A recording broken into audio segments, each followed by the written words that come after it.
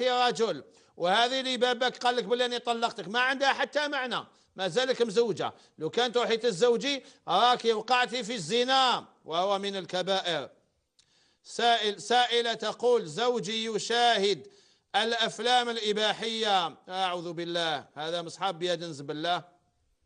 هم كتروا صحاب بيد زبل، يخلي موته الإحلال عليه وربي يرضى عليه، حتى كي ينظر إلى موته عنده الأجر. شوف الإسلام وين وصل، كي تنظر لموتك عندك الأجر. نزيد لك حاجة أكثر، واللي مزوجين ماذا بيا يديروها.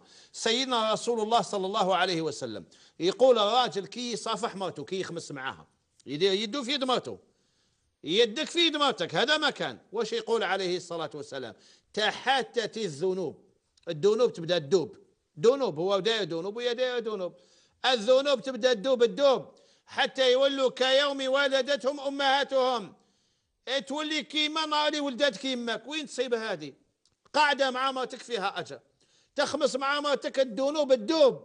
انت لا تخلي هذا الشيء قاع تروح بدون بالله تشوف الافلام الاباحيه في هاتفه الجوال.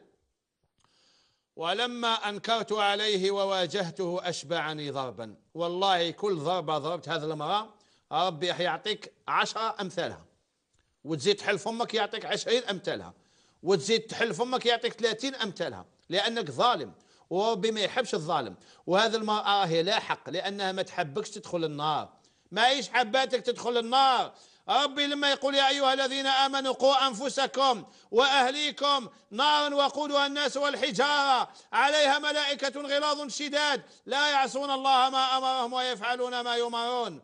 هنا وأهليكم ماشي رجال يحميوا النساء من النار، النساء تانيك تحمي رجلها من النار، هي تاني لأنك أنت أهلها، أنت زوجها وزوجها ماشي أهلها، ولا غير راجل اللي عنده أهله، هي تاني عندها أهلها. ما راهيش حباتك تدخل للنار، لأنك لما تدير الأفلام الإباحية عندك الإثم عند ربي، وتبات في سخط الله، وتمشي في سخط الله، وتجلس في سخط الله، وتأكل في سخط الله.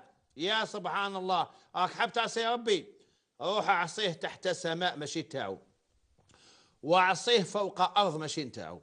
أما باش تعصي ربي في تحت سماءه وفوق أرضه، حرام عليك وجدات. وهي وش راك حابها تسكت، ونهار زقات عليك وعقلاتك أشبعتها ضربا.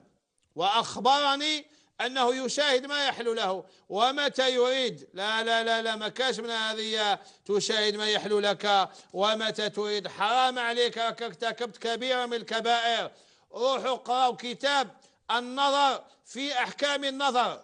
سيدنا علي بن أبي طالب شاف امرأة الأولى والثانية، النبي عليه الصلاة والسلام قالوا: الأولى لك والثانية عليك، أسأل الله أن يتوب عليك وأن يغفر لك. وروح اطلب السماح من مرتك، إذا سمحت لك يسمح لك ربي. والسلام عليكم ورحمة الله وبركاته.